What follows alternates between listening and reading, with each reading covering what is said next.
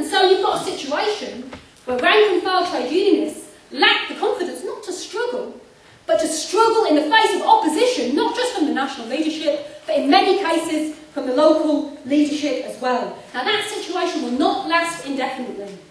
And the right-wing leaders of the trade unions know it.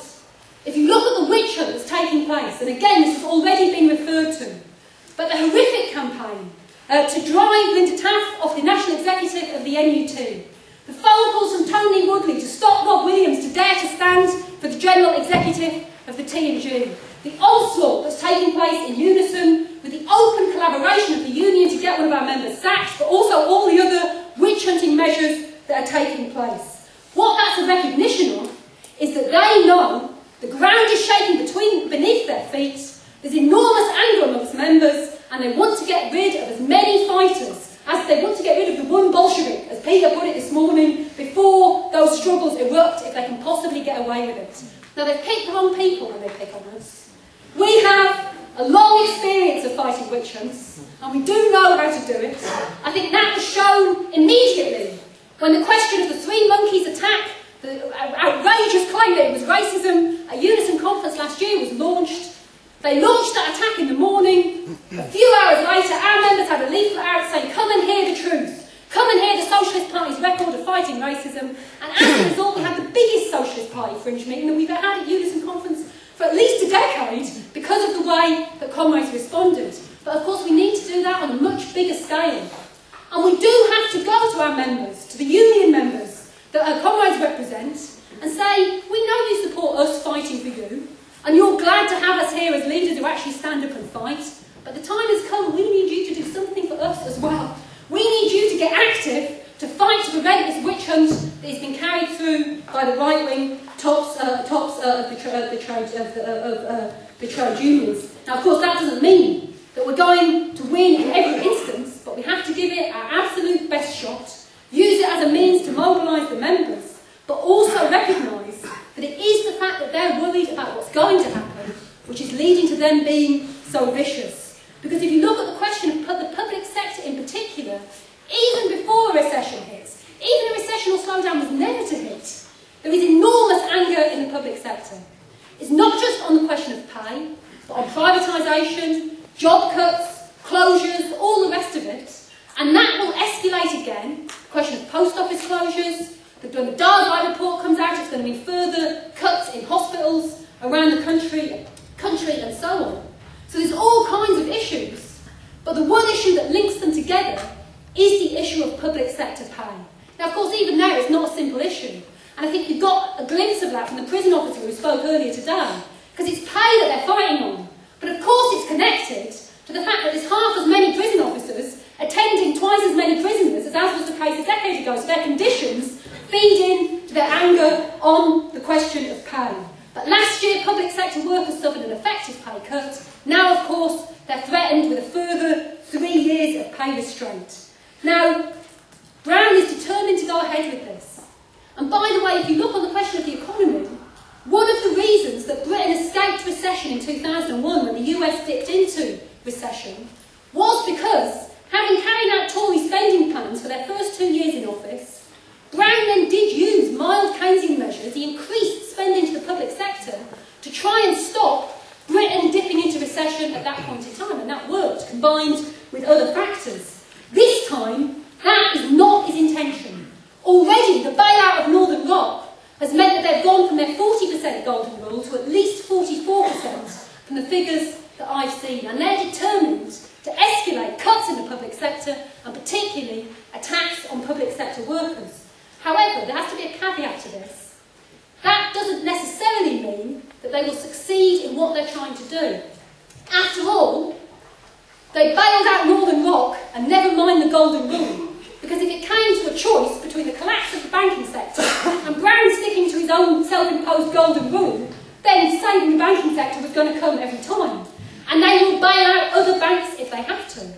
And so it will not necessarily be the case. They'll be able to follow the kind of attacks, the driving down of public sector borrowing in the way that they would like.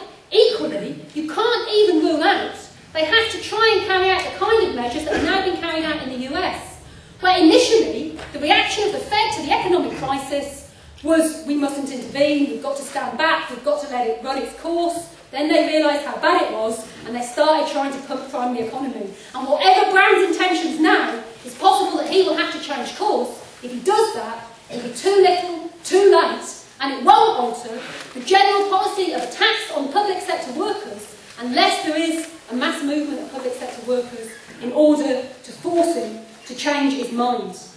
But Brown only got away without facing that mass movement of public sector workers last year by a hair's breadth. And though it seems, particularly actually to our comrades in the public sector who fought might and main for united public sector strike action on the question of pay, like sometimes you're banging your head against a brick wall till it bleeds, and still the union bureaucracy get away with it again. But it did come close. If you look at the Prison Officers Association strike, which we heard about this morning, the CWU strike, the role that the PCS played, it was probably only because of the threat of a general election that Brown was able to avoid a united movement on the question of public sector pay last year. This year he's going to try it again, for 3 years. The bourgeois certainly don't expect him to succeed. The Financial Times had an editorial where they said, good on you, Brown, you go and take on the public sector. But they finished by saying that they expected the government to fall victim to fierce battles with public sector trade unions. And they could be right this year. They could be forced, the trade union leaders, no matter how right-wing they are, to be moved because of the enormous pressure from below. Of course, that's not automatic, and they will move might and main to prevent struggle. Even the fact that the NUT have been forced to call a ballot, well, that's good, but it's not a ballot for discontinuous action. So if they get a yes vote, there's not the possibility of then linking up with other sections, from my understanding, other sections of the public sector later in the year. So they may succeed in holding back action again. Even if they do, that will not be permanent. There will still be explosions, in unison on the question of single status in particular, regardless of what else happens, there are going to be explosions on that. And at a certain point, they will not be able to hold back the line anymore. It's ruled out, in my opinion, that they will hold public sector pay restraint for 3 years in the way that they want to. It will break before that, and despite the role of the right-wing trade union leaders, we will see major struggles. But we have to recognise, if the right-wing union leaders act as a bloc, if they refuse to struggle, then that has consequences for how the struggles will develop.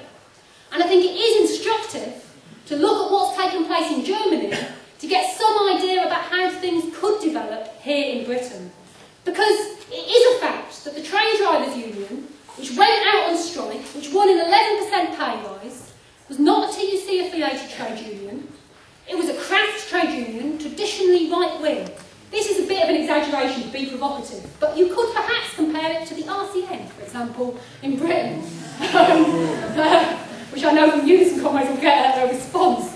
But it's not directly comparable, actually. But the point is that this traditionally trade union that wasn't combative, that hadn't led struggle, wasn't part of the TUC, said that they wanted to split and negotiate separately, rather than negotiate with the equivalent of Unison with Verdi.